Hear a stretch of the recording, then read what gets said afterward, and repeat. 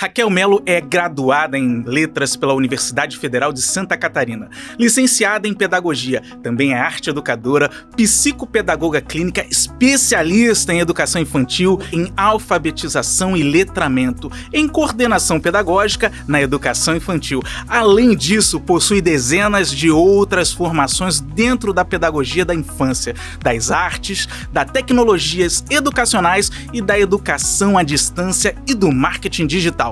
Atuou por 24 anos no chão da escola da infância e desde o magistério até as especializações, a educação infantil sempre foi o foco principal de suas pesquisas. Em 2018, criou nas redes sociais o Diário Sem Classe, com o objetivo de compartilhar com os professores o cotidiano da educação infantil. Só no Instagram já atingiu a marca de quase 100 mil seguidores. Seu desejo é atingir diversas classes sociais e que a docência também tenha uma pitada de humor. Daí o nome Diário Sem Classe. Há 5 anos se encontrou como formadora de professores, tendo como principal tema a formação estética para o universo da pedagogia das infâncias. Defensora de uma pedagogia sem EVA, atua e coordena cursos online e ministra palestras presenciais e virtuais pelo Brasil.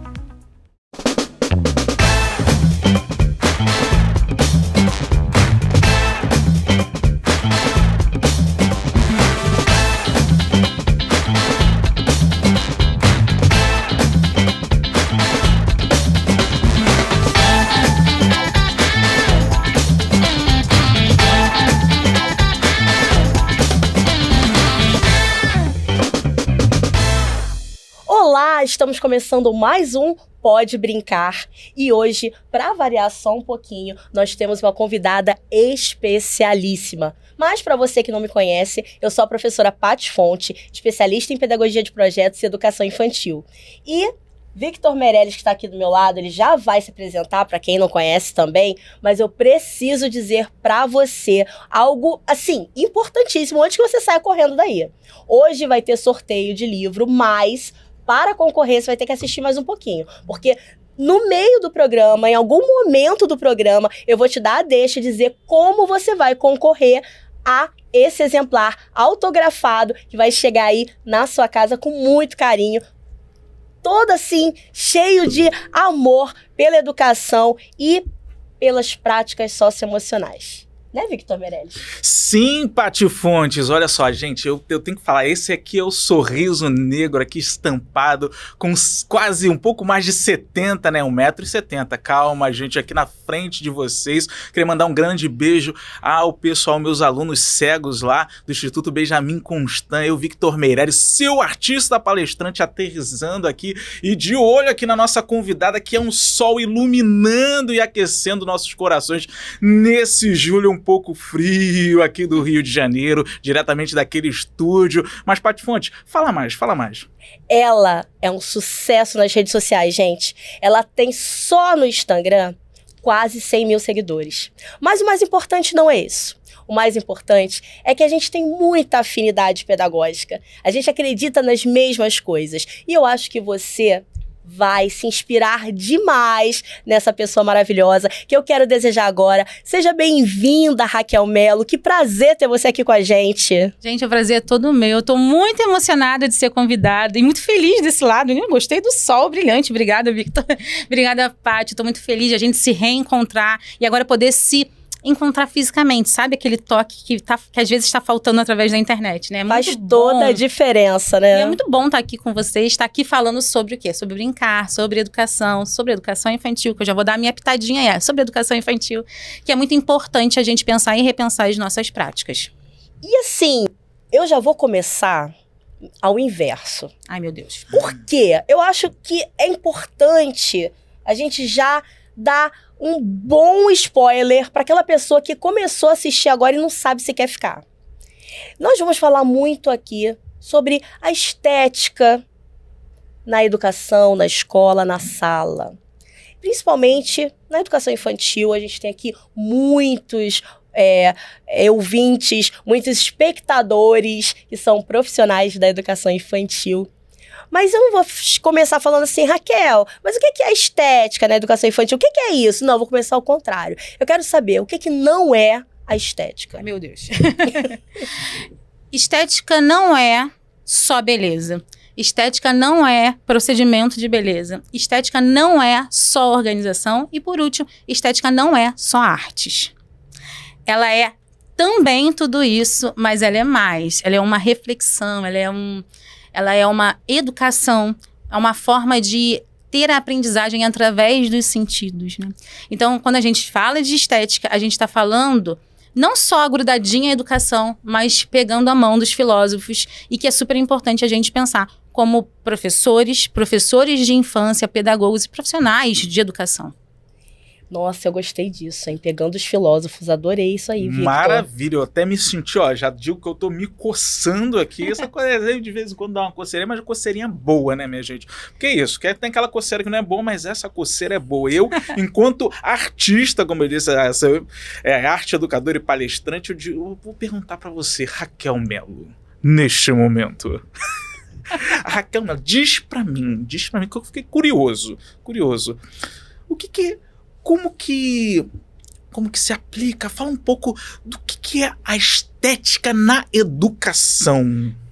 Olha, falar sobre isso é um prazer enorme. Eu tô aqui, extasiada, ou até, como eu diria, com muita estesia, que é o contrário de anestesia, né? Estesia tem também a ver com estética, né? O fato da gente se sentir vivo, ter aquela sensação passando pelo corpo. É o que eu tô sentindo nesse momento, convidada e conversando com vocês.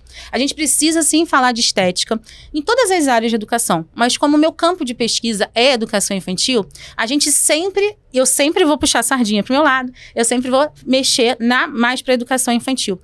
E não tem como, por exemplo, falar de estética se a gente não fala de Reggio Emília. Então, com certeza, ele sendo referências mundiais na educação de infância, a gente vai trazer as contribuições dela, principalmente para a nossa sala de aula, né? Que quando a gente fala de educação infantil, a gente está falando de sala referência, mas para a nossa sala de aula brasileira. Então, quando a gente vai, a princípio, pensar estética no senso comum, o que a gente pensa? Automaticamente, tratamento de beleza, pele, procedimentos estéticos. Vou ali colocar um botox, inclusive, né? Já daqui a pouco tá precisando. Vamos pro tratamento de beleza e tal.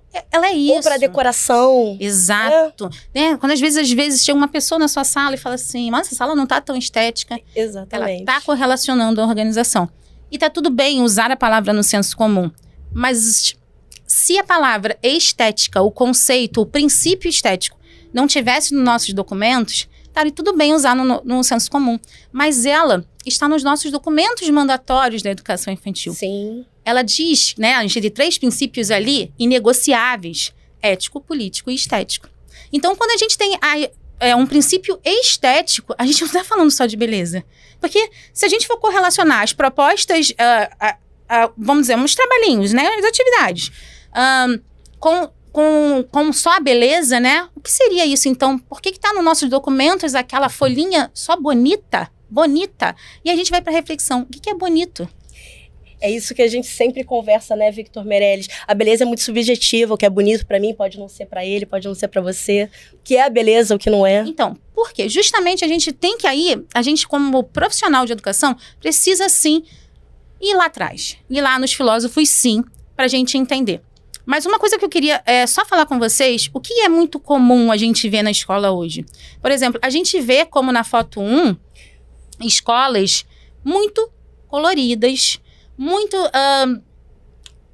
cheios de desenhos estereotipados, com excesso de informação, né? E eu acho que eu ainda poderia falar assim, com coisas que não estão à altura da criança. É muita né? informação e, às vezes, a criança não tem nem como tocar. Eu vejo muitos livros lá no alto. Isso me incomoda. Muito. O alfabeto nem tá nessa aqui, mas geralmente o alfabeto sempre fica onde? Em cima do quadro. Sim. E aí eu vou fazer uma pergunta pra vocês. Vocês gostam de assistir cinema na primeira cadeira do cinema? Não. Por quê? Porque a visão é melhor Exatamente, porque a gente fica com o pescoço pra cima. pra cima. A criança, se ela precisa ter contato com o letramento, ela vai o tempo todo estar olhando pra cima, a gente quer facilitar, a gente quer dificultar esse conhecimento.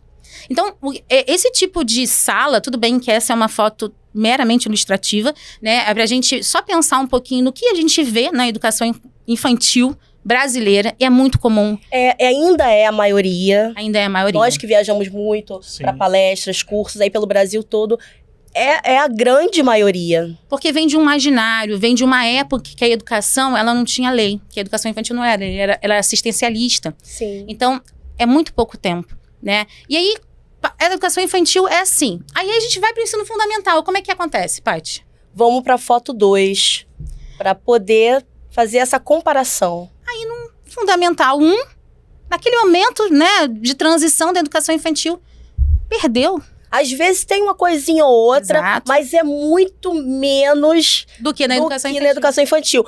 Aliás, abrindo um parênteses aqui, eu acho que a ruptura, ela é drástica da educação infantil pro Fundamental 1. Inclusive, em escolas que eu vejo, assim, a educação infantil realizando trabalhos belíssimos na pedagogia de projetos, assim, eu diria, quase que perfeitos, chega no fundamental, acabou tudo. Acabou.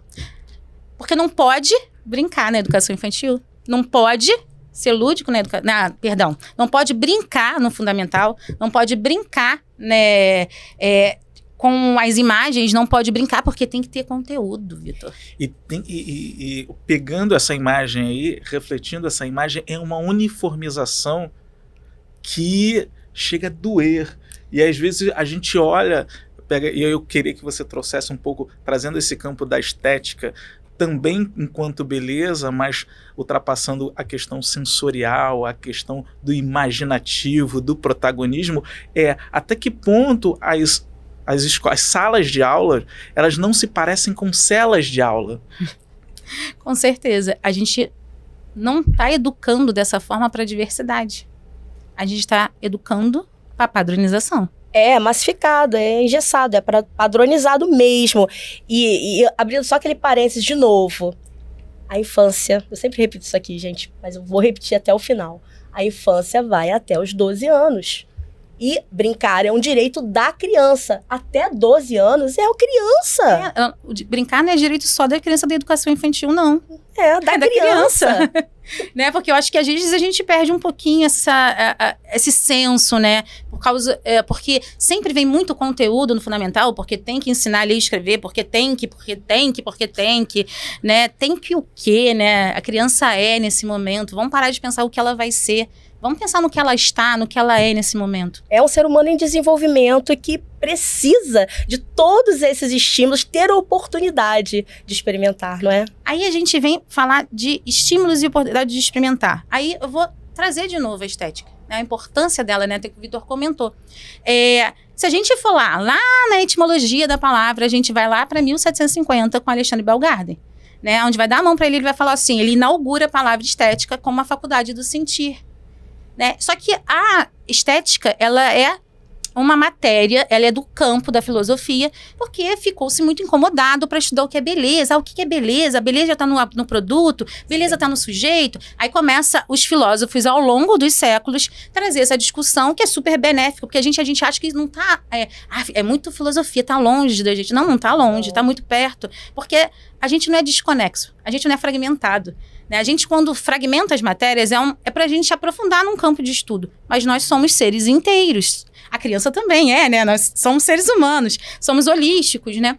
Então, quando a gente pensa assim, a estética como beleza, então essa sala não é bonita? Não, mas talvez algum professor olhe e fale, essa sala é bonita. Mas como é que a gente classifica isso? Porque a beleza, ela não é do gosto da pessoa. Ela é uma concepção.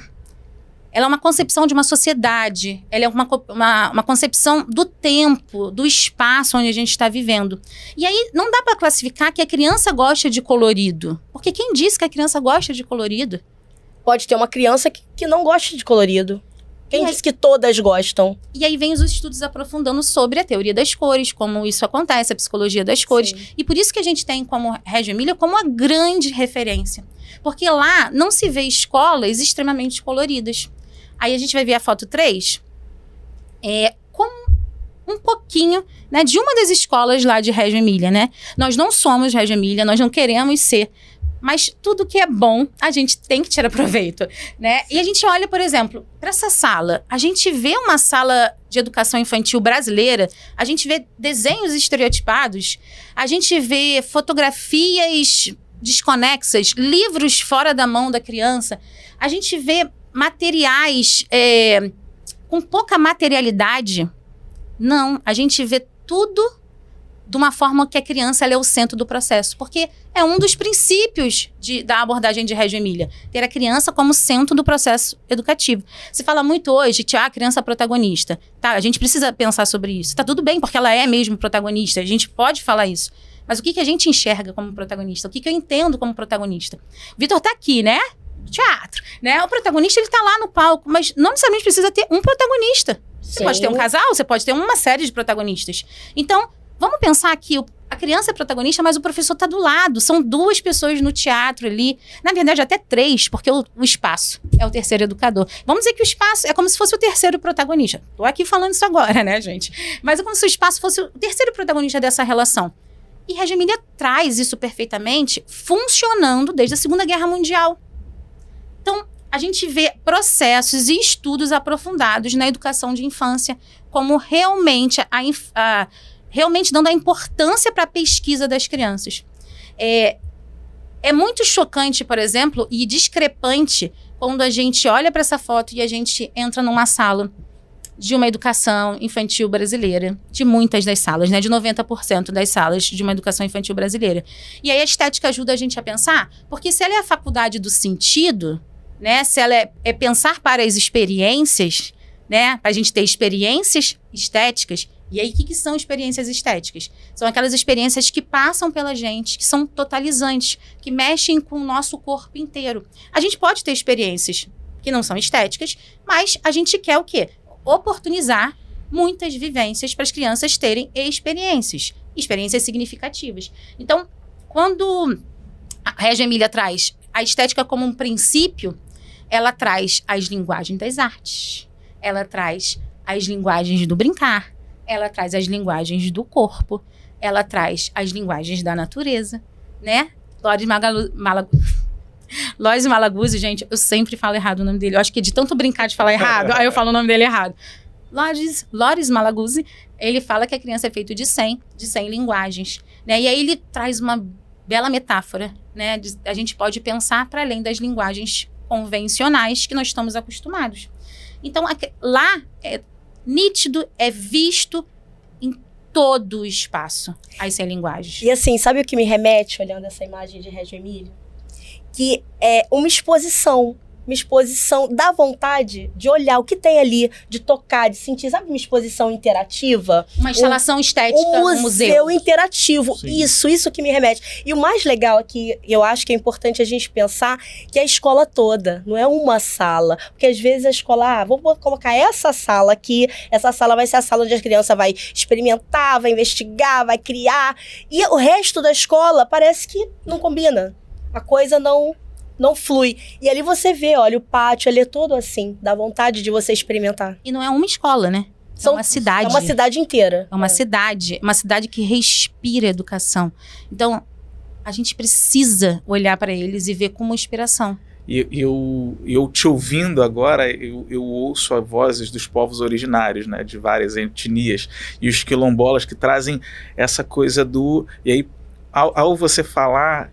quando eles falam que uma criança ela é educada por uma aldeia, por um quilombo. Então é trazer essa reflexão de que, como você bem disse, cada pessoa que ensina essa criança são conhecimentos diferentes que são trazidos, e a natureza do espaço e a natureza num geral, ela está ali permeando e fazendo esse caminho.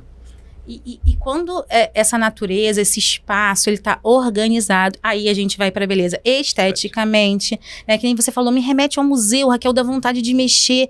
E eles mexem. E é isso. E é pra isso. E pra aprender, é o seu corpo todo conectado na aprendizagem. É ter a criança como protagonista do processo. Se eu tenho uma mesa com 10 centímetros, 20 centímetros de altura...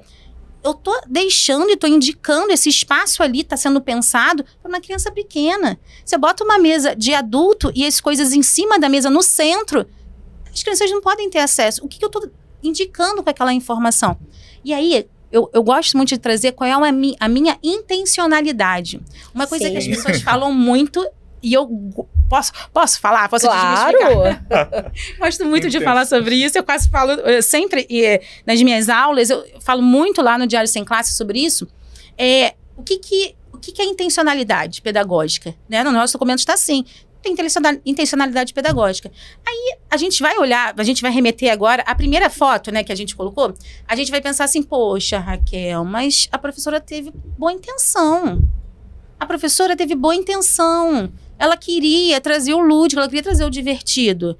Eu entendo. Ela expôs o trabalho dos alunos, ela colocou os livros, mas... Olha lá os livros lá em cima. Ela tinha... Não, ela teve boa intenção. Sim. Sabe por quê? Porque eu acredito que todos nós que nos formamos educadores, arte-educadores, educadores de forma geral, nós... 99% dos professores, né? Eu não posso dar 100%. Acreditamos na transformação. Sim, e os profissionais de educação infantil, principalmente. Então, a gente acredita na transformação. Eu sei que a pessoa, né, as pessoas que fizeram isso, fizeram com ótima intenção. Mas será que elas fizeram com intencionalidade educativa? E qual a diferença? Tem um ditado popular que eu brinco aqui, de boa intenção o inferno tá cheio. A gente não fala muito disso. Pô, de boa intenção o inferno tá cheio, né? Porque às vezes a pessoa teve uma boa intenção e o resto das ações dela não combinaram com aquela intenção. Não condizem, né? Com aquela intenção. Isso, eu esqueci a palavra. Essa intenção significa uma ação pontual. Sim. Então, quando ela bota um desenho estereotipado, ou quando ela bota uma cor, ela tá com boa intenção, mas é uma ação pontual. Quando a gente fala de intencionalidade, a gente tá falando do pensar o antes, da ação, e o pensar depois, e novamente conectar com o antes, o durante e o depois. Então, a intencionalidade é por que eu coloco aquele desenho estereotipado? Que cor eu tô colocando ali? Que altura eu tô colocando? Aí teve a ação, coloquei. Funcionou? Tá aplicável? Essa dimensão física, ok, ajusta as minhas crianças, as necessidades específicas que eu tenho com a minha turma? Aí eu vou refletir e posso mudar ou não aquela ação. Então, a intencionalidade, ela é um processo. E é disso que falam os nossos documentos na educação infantil, da intencionalidade pedagógica do professor. Então, não adianta ter só boa intenção. E eu também já tive boa intenção. Eu fiz muita coisa com boa intenção, Paty. Eu também. Mas sabe uma coisa que me remete novamente? Eu já falei isso uma vez num bate-papo com a Raquel. Mas hoje, Régio Emília está assim... tomando uma proporção, a fama, o sucesso, pela qualidade do trabalho. Mas não é só a Régio Emília, isso vem de muito tempo. Sim. Eu me lembro de Montessori, que Montessori já trazia muito isso de ter ali ao alcance das crianças uma série de materiais que elas pudessem experimentar, investigar e mais... que pudesse escolher, né, que Montessori tem muito isso. Frenet já vinha falando também da aula, passeio, quer dizer, se a gente parar para voltar lá, nos pensadores, nos filósofos, gente, não é uma coisa de hoje, não é de agora, né, não é do início, faz, assim, muitos teóricos já vieram com essa informação, mas cabe a nós um pouquinho de refletir e colocar em prática. Eu vejo muita professora com vontade. Aí eu vou te fazer uma pergunta agora. Muita professora com vontade e para você também eu vou fazer uma pergunta, que é a hora do sorteio, presta atenção. Quero transformar, quero sair dessa sala estereotipada, quero fazer diferente, mas eu trabalho numa escola que não me... Que usa EVA? Era isso que eu ia falar. Eu sabia que a gente ia chegar nesse assunto em algum momento. A gente vai chegar nesse momento polêmico, porque é uma coisa que a gente tem muito em comum, assim. Há mais de 5 anos, eu já lancei um vídeo falando sobre isso. Na época, foi uma coisa, assim. E a escola, ela propõe uma série de atividades com EVA e com outras, né? Tantas outras. Materiais. E como eu faço? Eu sou uma professora iniciante. Eu quero começar. Por onde eu começo? Então, agora você vai falar também do EVA... E vai dar as dicas pra essa aí que quer começar. Pode deixar. Eu queria falar, porque assim, o EVA, ele se torna um assunto muito recorrente na minha página, na minha fala. Inclusive, eu costumo dizer que eu tem que lutar contra a pedagogia do EVA. né? Tem que lutar. Temos que lutar. Porque, gente, existe uma pedagogia do EVA. E eu vou começar com vocês por quê? Há uns bons anos atrás, bem antes da pandemia, eu já falava do EVA como material poluidor, né? No nosso sistema. E eu fico pensando, que incoerência, né? O dia da água. Vamos comemorar o dia da água. Um monte de aguinha feita de EVA. Não é incoerente? É impressionante, mas eu também já comentei sobre isso. O fazer tá desconectado, gente. E a gente precisa conectar isso. Então, toda vez que eu falava do EVA nas minhas redes sociais, acontecia de vir muitos haters. E disso, e você aquilo, e você aquilo outro. Quero ver, você nunca trabalhou na escola. Gente, eu trabalho 24 anos na escola, né? E eu ficava assim, mas aí eu fui pro lugar de pesquisadora. Por que as pessoas ficam incomodadas quando eu falo isso? Porque o cripom também é ruim. Por que esses comediantes usam o EVA como uma ferramenta pejorativa da nossa profissão? Então isso começou a me incomodar muito. E aí eu pensei, não é o EVA, não é o material, é o material também, né? É o material também. Então é uma cultura que tem por trás, é uma pedagogia. Por que as pessoas estão incomodadas? Aí eu fui pro acrônimo. Aí eu fiz um acrônimo do EVA. A Paty já sabe que eu já falei isso na outra live. Eu fiz um acrônimo do EVA, porque sentando ali, eu fiz, gente, não é um material. É um ensino voltado para atividade. Ou eu brincava no começo que era uma educação vazia de aprendizagem, sabe? Eu falei, tá vazio isso. Então, é uma cultura. Nós, professores, principalmente de educação infantil, temos uma cultura, porque o EVA é durável, porque o EVA, ele dura anos a anos. Gente, um papel bem conservado dura anos e anos. E a gente não pode ensinar também o que é efêmero? Sim. Né? Então, essas inquietações, a palavra é essa, né? Que me fizeram, então agora eu vou estudar mais ainda sobre estética. Vou pesquisar mais sobre estética. E quando a gente vem nessa estética, tem tudo a ver com EVA, porque a princípio a gente pensa no olhar. Só isso, né?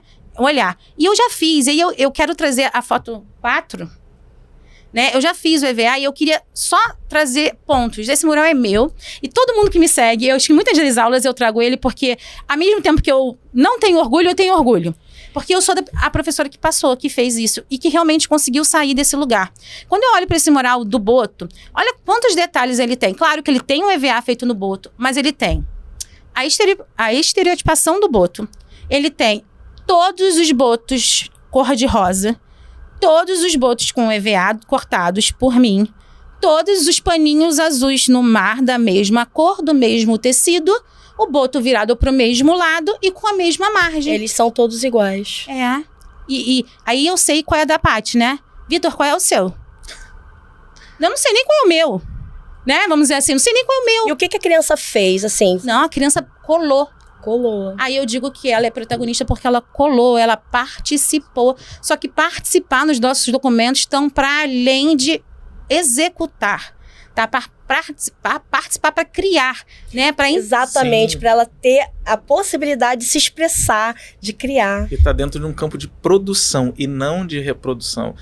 E além de tudo, a gente tem um foco nesse mural no produto e não no processo. Então, o produto é sempre mais importante do que o processo? Isso é sensacional o que você falou agora. Porque geralmente as escolas visam o produto.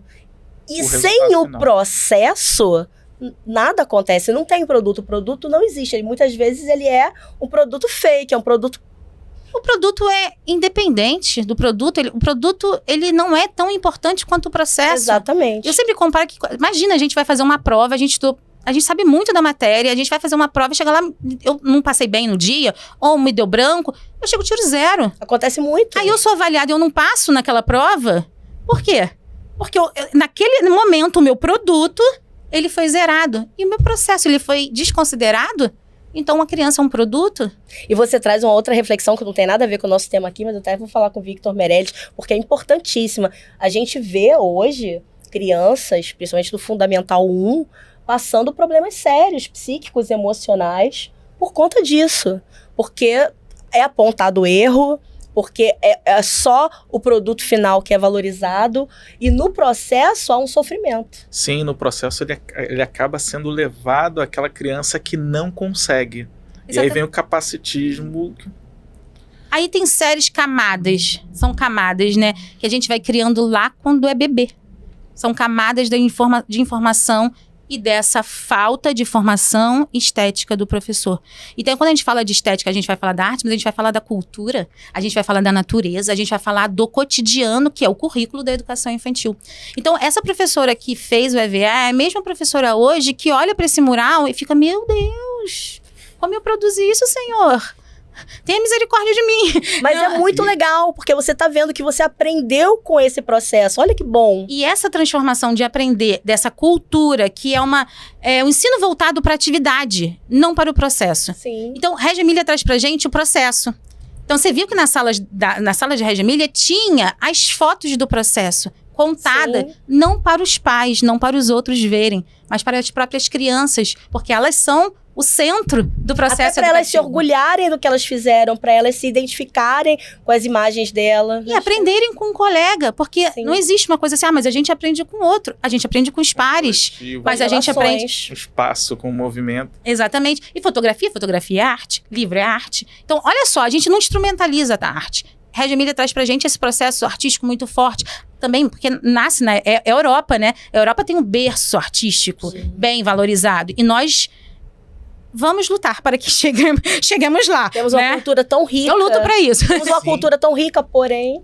Sim, e aí vem aquela coisa, a gente divulga e compartilha tanta coisa, a gente reproduz baseado em exemplos e referências, e por que não a gente não compartilhar e trazer toda essa arte, essa cultura que a gente tem no nosso país? Porque a gente tem um campo artístico também de produção cultural e científica gigantesco, e a gente não sabe. A gente pega artistas de fora, renomados, aí a gente faz releitura. A gente tendo artistas locais, culturas regionais, povos indígenas na nossa cidade, e a gente vai lá pra fora.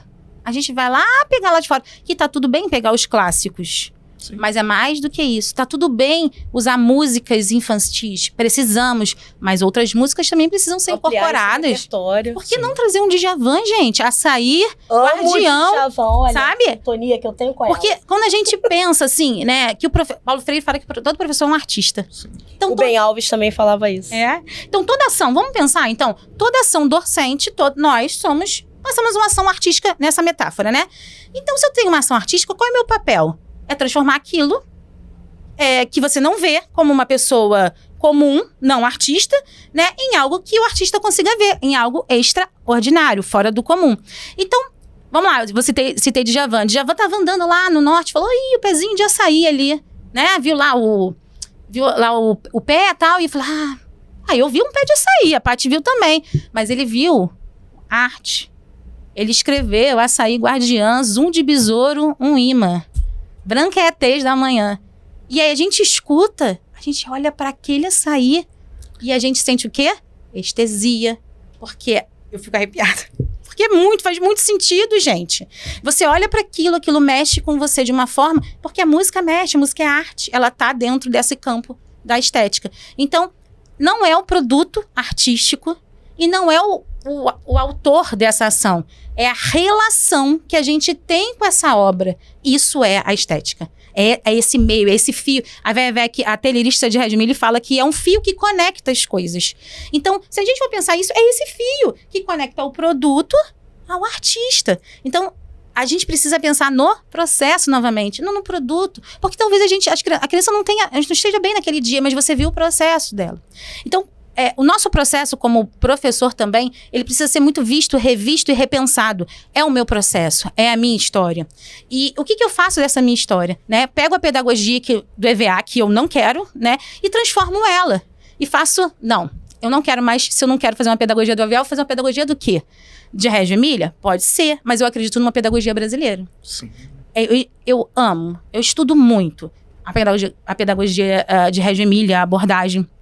Mas eu acredito muito no nosso povo. Eu acredito muito no professor, nesse professor brasileiro. Então, que seria essa forma da gente fazer? Aí eu peguei as letras do EVA e troquei ela de lugar. Eu falei, então não vamos fazer uma pedagogia EVA, vamos fazer uma pedagogia AVE. Então, é uma pedagogia para a liberdade, é uma pedagogia que, para além desse ensino para atividade, a gente faz ambientes de vivências estéticos para as crianças. Só um minutinho, Raquel, porque eu lembrei agora que a gente tem que fazer esse sorteio. E aí, você que assistiu até aqui, você que tá curtindo esse nosso bate-papo, comenta o seguinte: faz sentido toda essa discussão, toda essa reflexão sobre os murais? Como são os murais na escola que você trabalha? Comenta, curte também o nosso podcast de hoje, o nosso Pode Brincar de hoje, e segue o canal. Fazendo isso, automaticamente você estará concorrendo a um exemplar do livro Práticas Socioemocionais para Dinamizar o Ambiente Escolar, de minha autoria, autografado com carinho e enviado aí pelo correio para sua casa, tá bom? Então, agora a gente pode continuar a nossa conversa, que tá bom demais, né, Victor? Vamos, tá muito bom, muito bom. E aí, falando em bom, né, pra mim, eu gosto muito de me divertir. E falando em diversão, eu penso logo no brincar, né? Porque o brincar pode ou não pode. Aí eu jogo a bola pra você, já jogo a bola, a peteca, jogo a bolinha, jogo o que for pra você. Só não jogo o EVA. Não, EVA não. Jamais o EVA. E aí, pra te falar como que é o brincar nesse contexto da estética dentro de sala de aula. Pois é. A gente nunca vai desconectar o brincar das infâncias.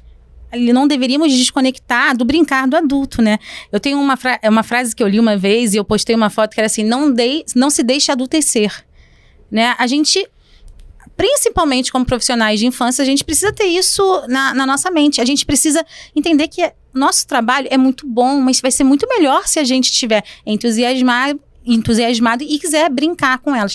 Então, quando a gente olha toda essa perspectiva e a gente entende a educação estética como para além dessa beleza, né?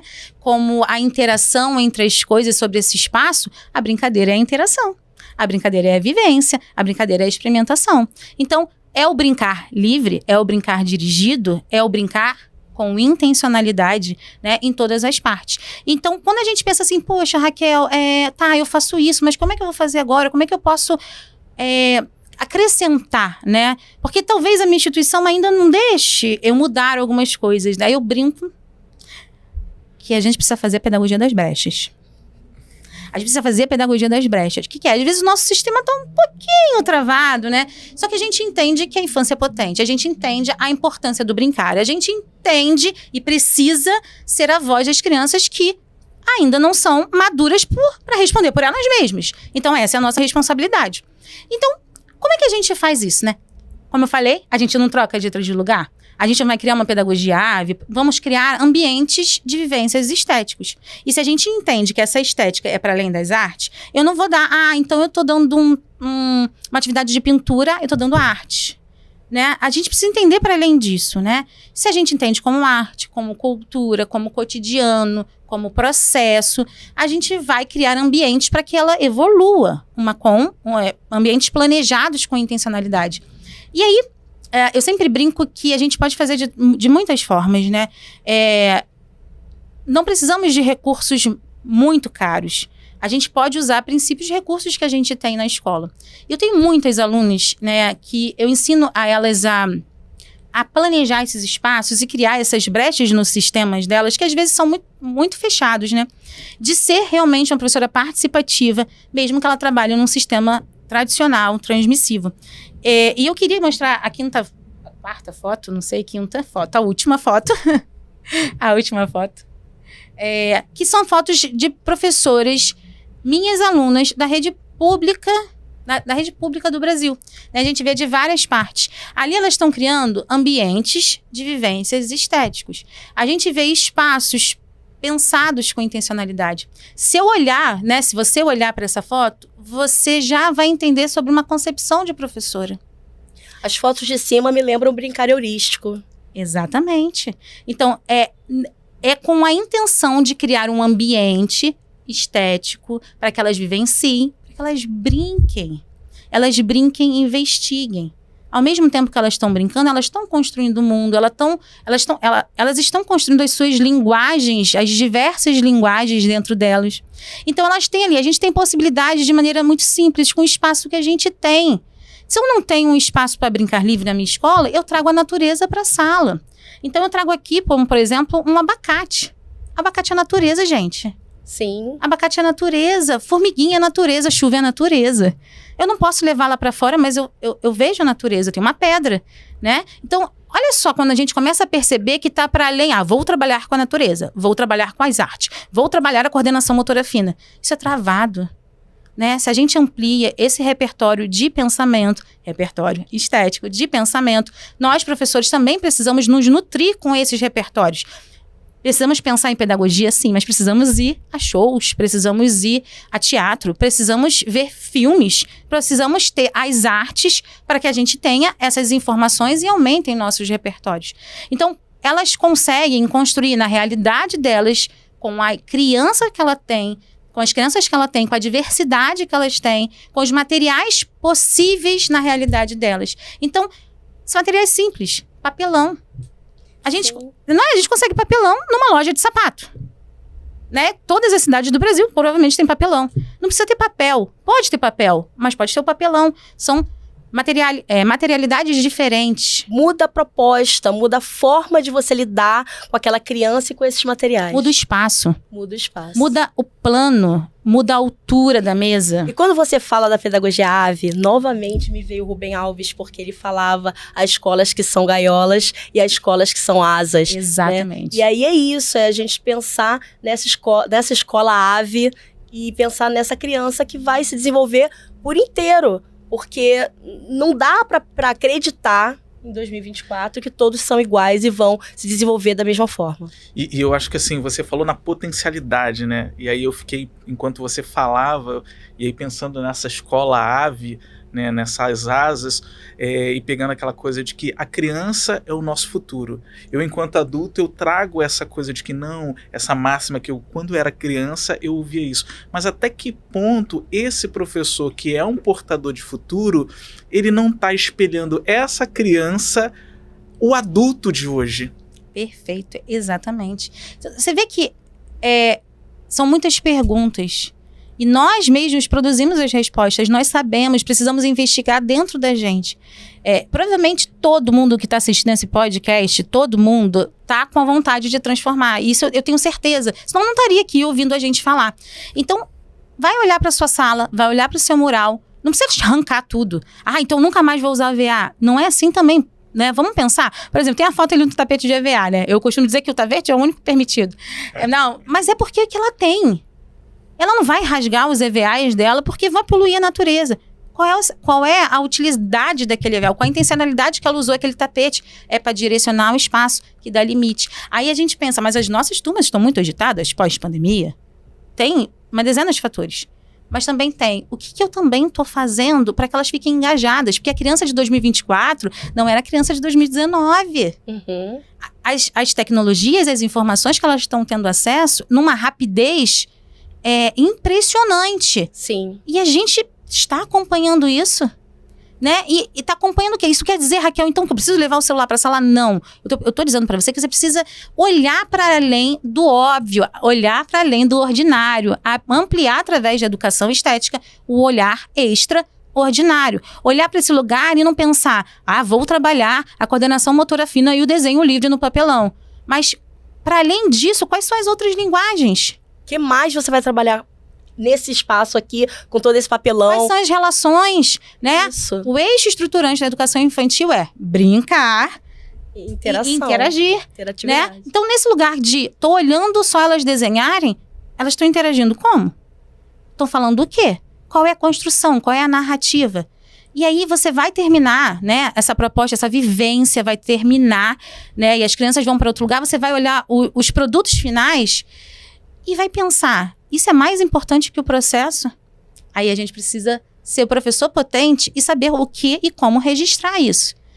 Que é um assunto também importantíssimo, né? Esse registro para essa avaliação. Mas antes de a gente entrar nesse assunto, é importante a gente pensar também assim, queremos seres humanos adultos mega ultra criativos, porque é isso que a gente precisa hoje. Para reproduzir a gente já tem um monte. Mas como que teremos no futuro esses adultos criativos se as crianças são tolhidas em sua criatividade, em sua expressão? A gente acha que o brincar, né? O brincar livre é um brincar sem intencionalidade.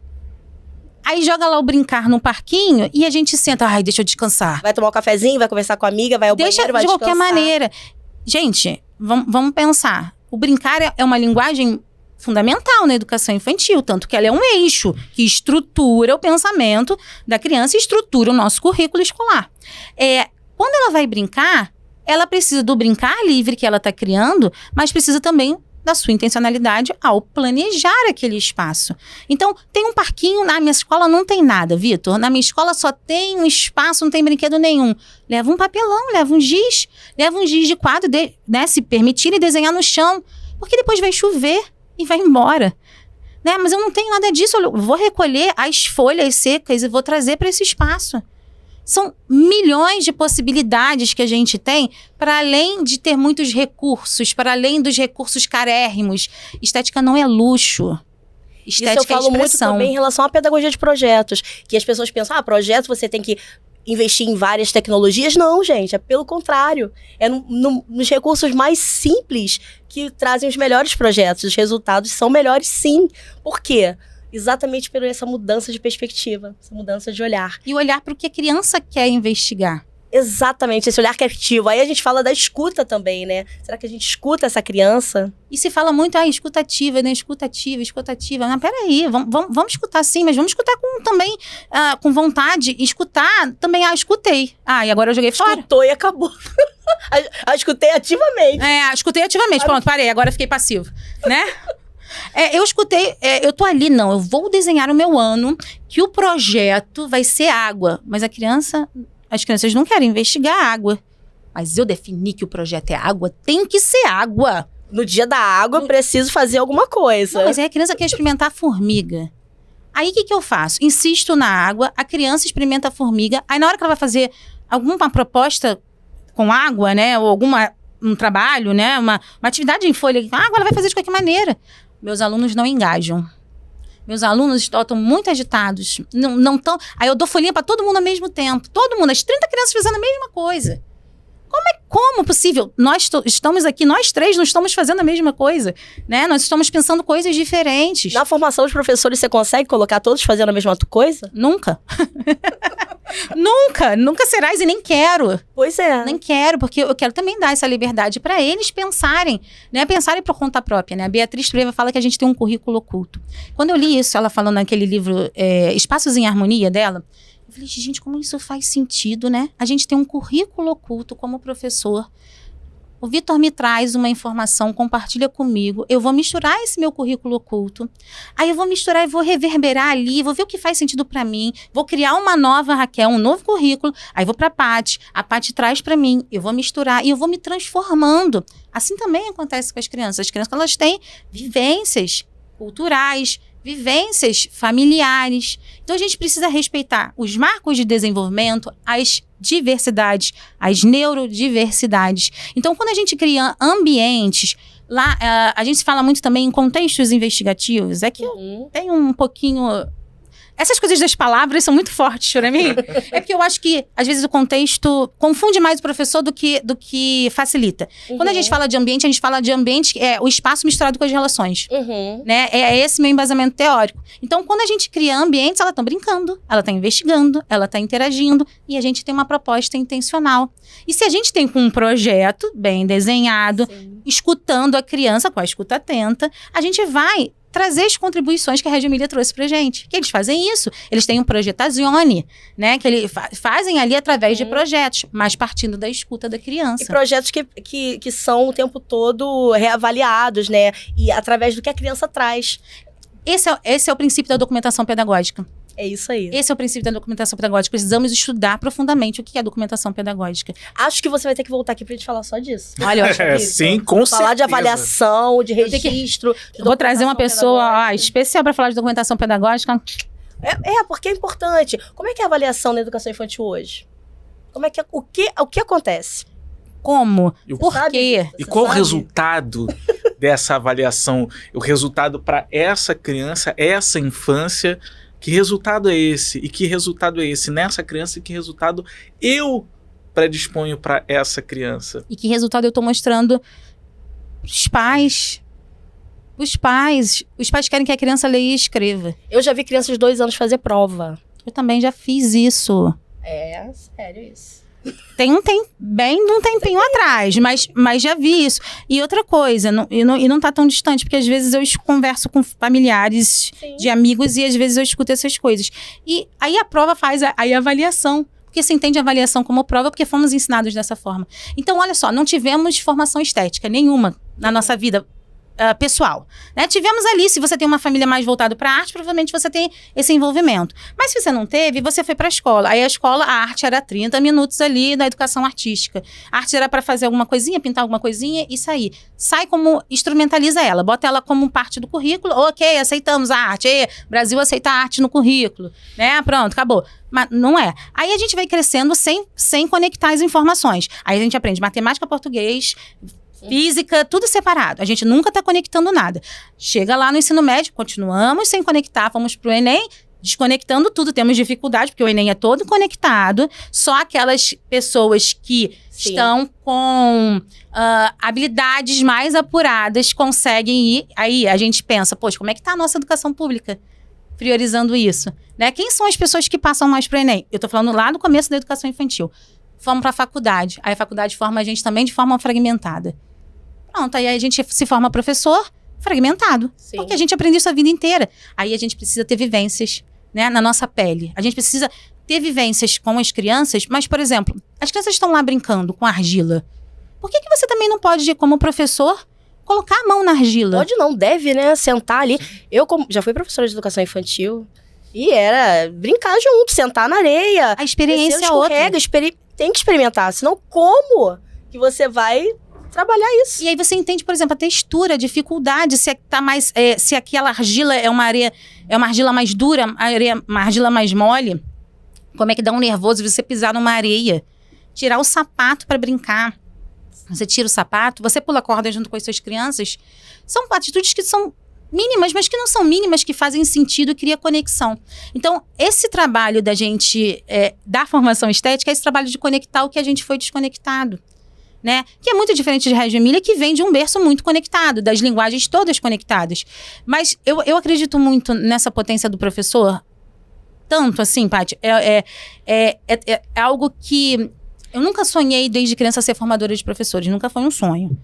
Mas ele se tornou um sonho porque eu estava muito cansada desse excesso de academia, de excesso de técnicas para falar com um professor de educação infantil, que não chegava a ele.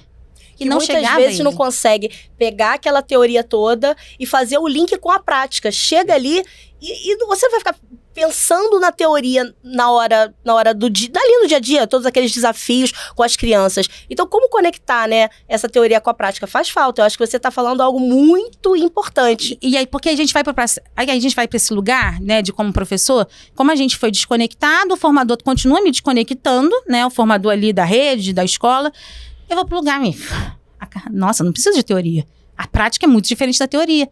Gente, quem nunca escutou isso? Na verdade, é você que não sabe fazer o link. Porque ele não consegue fazer. Não consegue, porque ele não porque teve, as habilidades deles não estão abertas para receber. Não teve essa experiência, por isso que é tão importante experimentar, né? Aí vem aquela coisa de fazer dinâmicas. O que são dinâmicas práticas na nossa jornada pedagógica? São experiências, vivências experimentadas na pele. Sensoriais, Aí todo mundo sai de uma prática e fala: nossa, transformado, porque você vivenciou aquilo. Se você não vivencia, não experimenta, é mais difícil, ficar algo mais distante, mais abstrato. Como colocar em prática? Como concretizar isso? Exatamente. E é um processo assim, formação continuada, precisamos entender que prática é importante, é fundamental. Você que está no chão da sala mesmo. Sim. Se você é muito importante, você ter a prática. E é por isso que a minha vontade é de chegar para esse professor, sabe? Que está lá no chão da escola brasileira. E falar para ele assim, olha, a teoria é legal, sabe? Estudar teoria é legal pra caramba, estudar estética, filosofia, documentação pedagógica é legal. Vamos pensar aqui, ó, como é que a gente conecta? Os documentos a gente estuda, não é para passar só no concurso público. Não é? Porque quando é que um professor...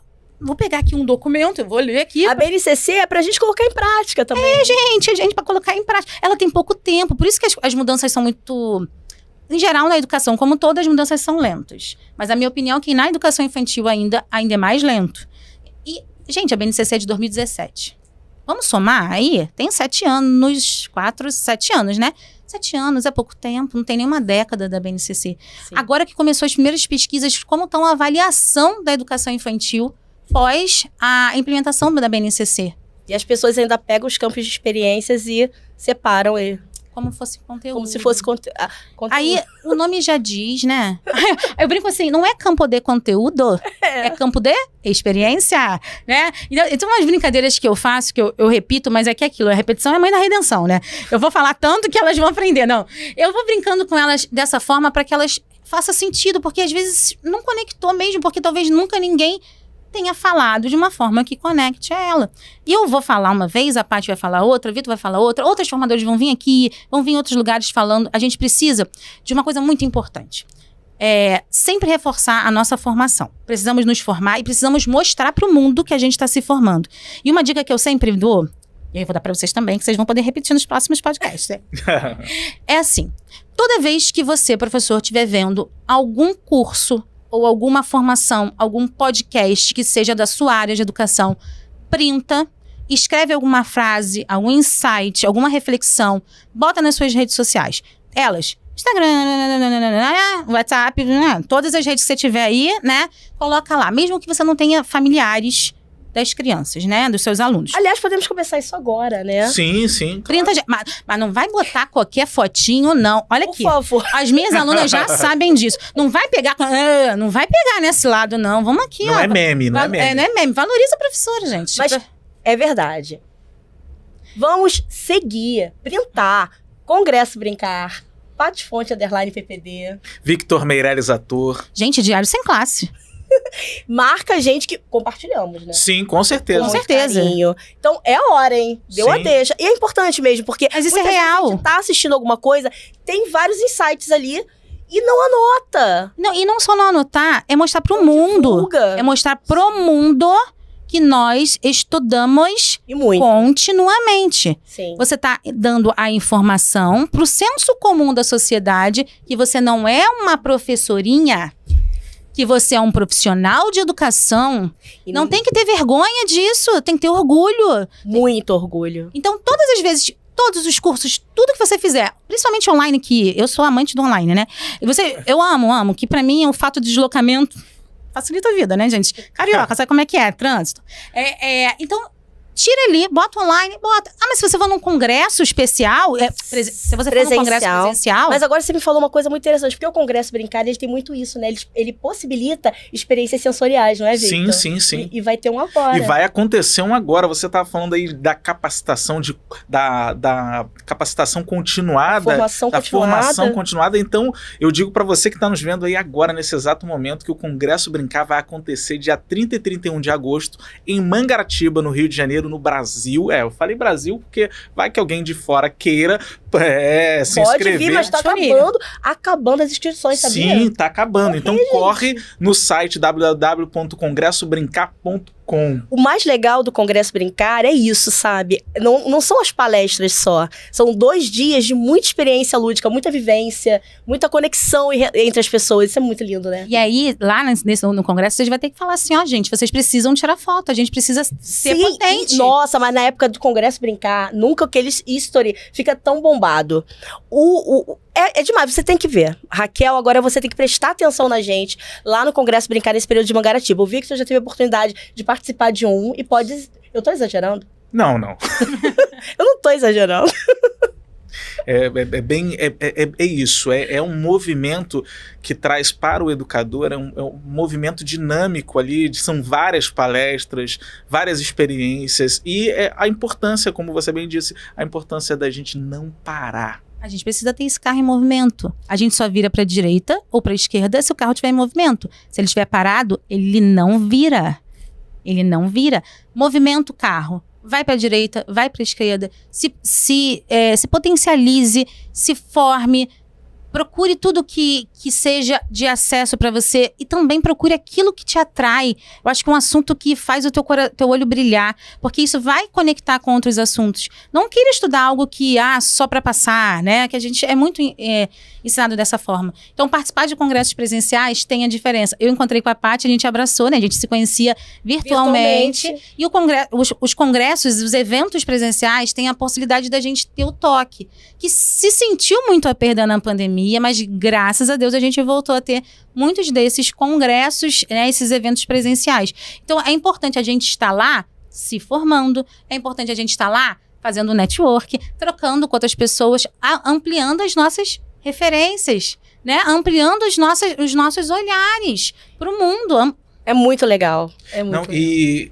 E a Raquel falou essa coisa também da importância do digital, né, que vem aí mais forte com o advento aí da pandemia. E você que tá por aí, que se inscrever no Congresso Brincar, vai ter aí, ó, um bônus. Olha. Meu Deus, eu já ia esquecendo desse bônus. Você tem que falar, bônus, é muito bom. 3 meses de acesso Uau. livre à comunidade Brincar. E lá na comunidade Brincar, que é um espaço que a Raquel já tá convidada a participar. Convidadíssima. É um Tô espaço dentro, hein? com várias informações, fóruns e tem vários congressos digitais lá gravados para você maratonar. Já dá pra assistir hoje. Hoje, Dá pra você maratonar a comunidade e é bem dentro dessa proposta toda que a gente tá conversando. Você vai ter várias inspirações, mas você não vai ter assim, modelo de lembrancinha? Desculpa, gente, não tem. Modelo de painel? Desculpa, não tem. Mas inspiração? Então não tem a pedagogia do EVA. Não tem a pedagogia do EVA. Lá somos professores ave, todos com asas e voamos alto, hein? Voamos Sim, alto, é sim. maravilhosa a comunidade. Você vem, você é a cara da nossa comunidade. E assim, eu fico até triste de pensar que já tá quase acabando. coisa não. boa. Eu Não. digo sempre que coisa boa gera coisa boa e coisa boa acaba rápido. Mas a gente ainda não brincou. Sim. E assim, sem brincar, a gente não sai daqui. Ai, meu Deus. Pode brincar? Eu posso Claro brincar? Pode brincar. É hora de brincar. E a nossa brincadeira aqui é um jogo de palavras. Assim, eu jogo uma palavra pra você. E a primeira palavra que vier à mente Achei que ser só uma palavra. é... Sou de muitas. Não, uma só. Agora, essa brincadeira tem regra. Limite. Essa brincadeira tem regra. Tá bom.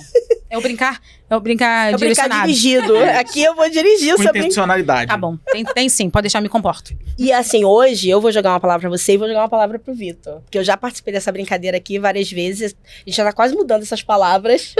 Mas é que são palavras que fazem muito sentido. E a gente precisa desse significado aqui Joga pro hoje. Vitor primeiro, depois pra mim. Não só Não sentido, pode. como faz sentir também. Não pode, porque você é nossa convidada especial. Me senti especial mais ainda agora. E assim, eu quero que você realmente segure a bola e jogue sem pensar muito, tá? Vamos lá? Vamos. Podemos? Sim, senhora. E você que tá aí do outro lado assistindo a gente até agora, coloca também quais são suas palavras. Coloca assim, vou participar do jogo de palavras. E responde pra gente, porque depois a gente vai lá ler, né? A gente vai lá ler, botar um coraçãozinho e comentar. Eu vou e vocês também, né, gente? Claro. Beleza. sempre. Então vamos lá, vamos participar, é a hora. Vamos lá, brincar. Estruturante. Boa, hein, Vitor? Brincar. Brincar, aprender. Educação. Emancipação. Olha, tá vindo com as palavras maravilhosas, hein, Vitor? Divertir-se. Professor.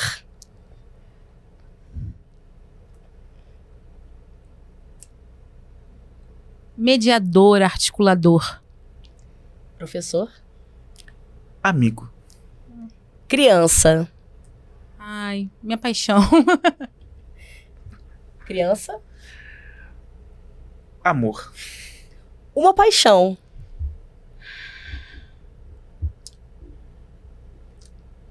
As artes. Uma paixão. Arte e educação. Bate aqui. Um sonho. Que as crianças possam ter uma educação de qualidade.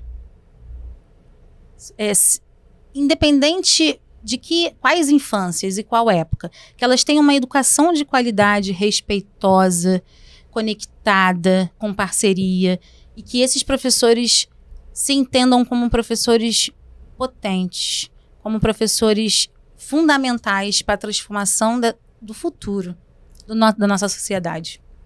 E o seu sonho? Que a sala de aula seja um mundo e que todos nós possamos ser viajantes se divertindo nessa grande viagem. Poxa, é difícil competir com o Vitor, né? É dificílimo, porque poeta é complicado aqui. Olha, tantas poesias já tivemos nos outros programas, né, Vou lá Vitor? ver, tem que rever todos os programas. Não, tem que rever. E outra coisa, Raquel, assim, deixa uma mensagem pra gente antes da gente encerrar. E vamos fazer um encerramento diferente, né? Aquele bonito que a gente gosta de fazer. Mas uma mensagem para os professores que estão assistindo. Mas também para quem não está ali dentro da escola no momento, mas que está muito interessado em transformar essa educação de alguma forma, sabe? Seja na família. O que você pode deixar pra gente? Professor, a gente precisa pensar que nós somos professores e que o professor, para além daquela frase clichê, né, que é o futuro da nação, ele é o seu futuro, né? Você está pensando para a sua formação, não para a escola, mas para a sua vida, né? Você pode ter uma formação emancipatória para a tua vida.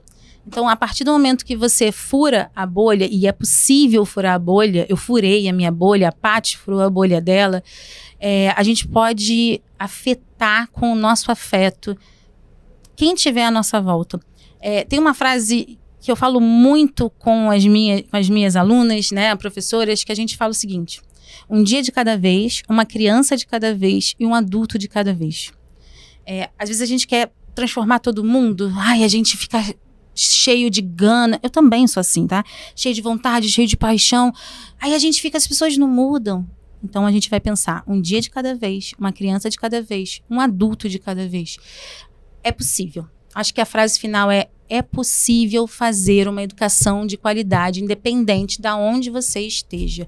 Você pode e você vai fazer. Você precisa aumentar esse seu repertório, se fortalecer e determinar que você vai fazer. Aí o mundo é seu. E essa mudança muitas vezes precisa começar dentro da gente, nessa viagem interior para essa outra grande viagem que o Vitor falou, num processo de autoconhecimento, até para encarar como a Raquel encarou o que ela fazia e pensar, peraí, mas eu acho que dá para fazer muito melhor que isso. E se colocar, eu sou capaz, eu vou lá, eu vou fazer.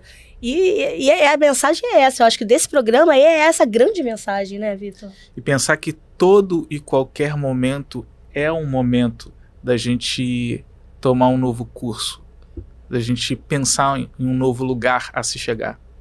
Sempre dá pra gente recomeçar, ressignificar, transformar, e às vezes a mudança dá um certo medo, mas pode ser muito melhor. Com certeza. Não é?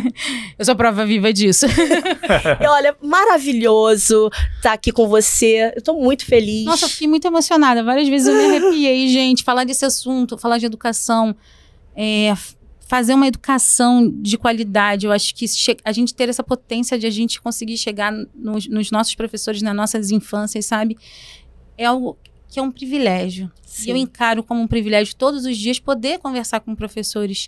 E eu entendo muitas realidades, né, que eles passam, os sofrimentos, as dores, as angústias.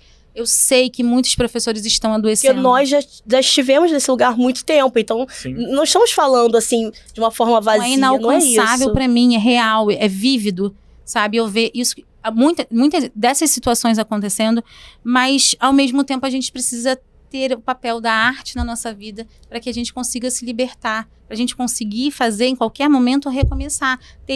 Nós estejamos com 20 anos ou com 60, né? 70, 80, se a gente quiser até fazer uma nova faculdade, por que não? Da arte, da filosofia, das nossas vidas. Falou em fazer uma nova faculdade, eu lembrei.